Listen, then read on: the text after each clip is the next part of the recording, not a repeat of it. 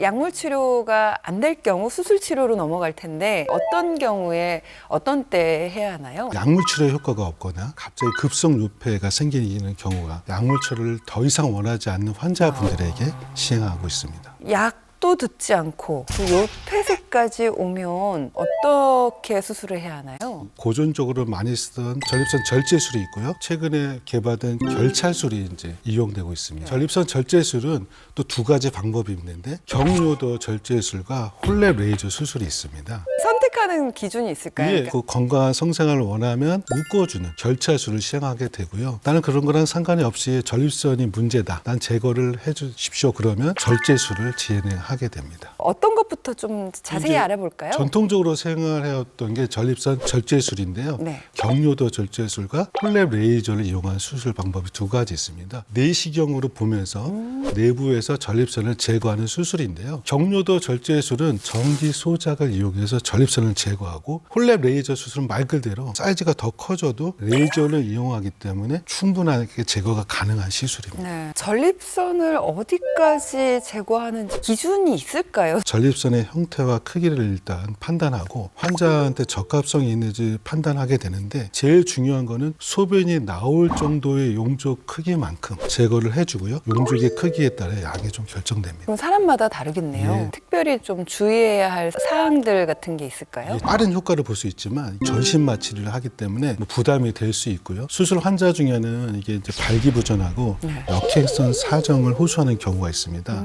이 전립선 주변에 요도 관략근하고 발기에 관계된 신경이 있기 때문에 수술을 선택하기 전에 숙련된 의사를 찾아서 검사 상담을 진행하시고 그렇게 하시는 게 합리적일 것 같습니다.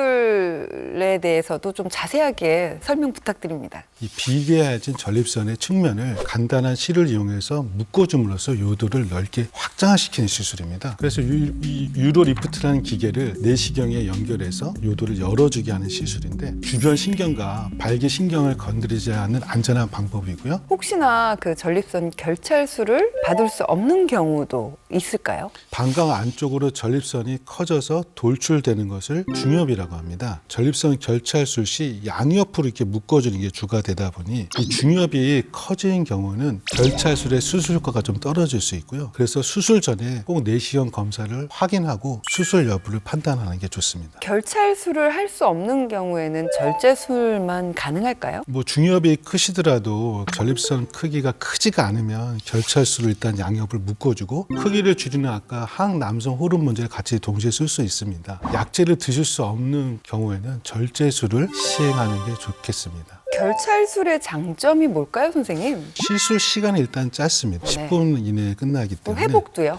그렇습니다. 국소 마취로 진행되기 때문에 나이와 질병 유무랑은 전혀 상관이 없고요. 전립선을 제거하는 게 아니기 때문에 출혈이 적어서 소변줄을 차지하는 경우도 많고 또 역행성 사정이나 발기신경을 건들지 않는 아주 안전한 시술입니다. 시술 후 바로 확정된 요도도 확인할 수가 있습니다.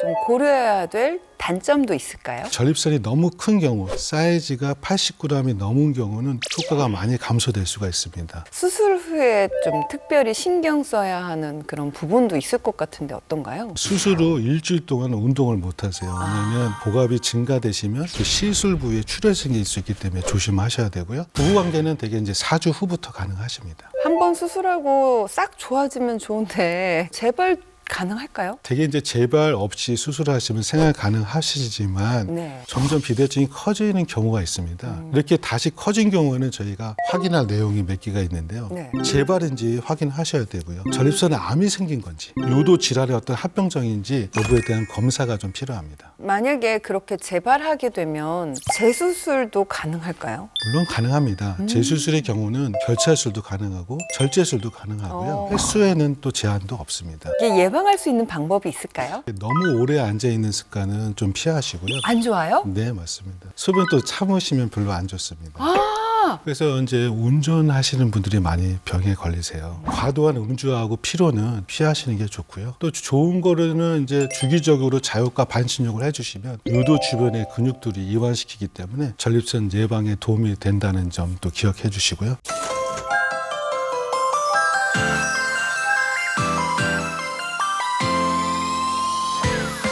매일 10분 하루에 2번 습관처럼 닥터 OBS와 다음 시간에 만나요.